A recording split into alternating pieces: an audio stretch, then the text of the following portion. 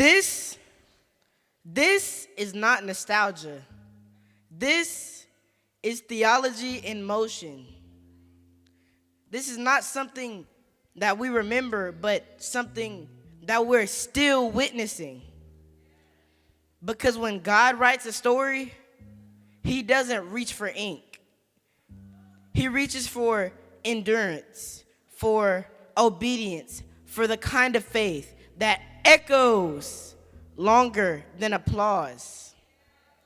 66 years, not casually lived, not comfortably coasted, but marched through seasons that tested belief, through rooms where faith felt paper thin, through nights when the only thing louder than doubt was duty. God does not ask for a resume. He asked for resignation. Before there was influence, there was inquiry. Before there was preaching, there was pruning. Before there was a platform, there was a prayer closet floor that knew your name. And that is where ministry is born. Or better yet, born again. Not in spotlights, but in stillness. To pastor is to stand in the gap when the gap feels wider than your strength. To rejoice with those who rejoice. To weep with those who weep. To hold grief in one hand and hope in the other and refuse to drop either. A pastor is like a pitcher. Not the baseball kind, the water kind. Designed to pour and pour and pour.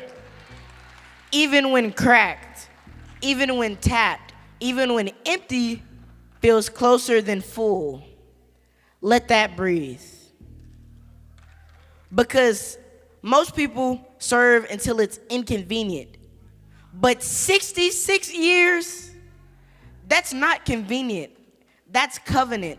That's calling. That's consistency.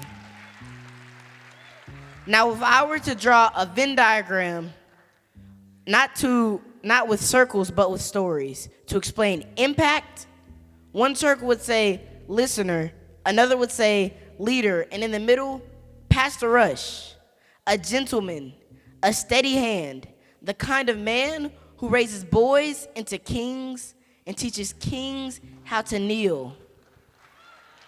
He doesn't just teach you how to sow a seed. He teaches you how to stay when the harvest delays. He spells RESPECT, and he lives with integrity. And that is the difference. Because titles are given, but trust is earned. And 66 years is not just a milestone, it's a testimony. Not nostalgia, theology, still in motion.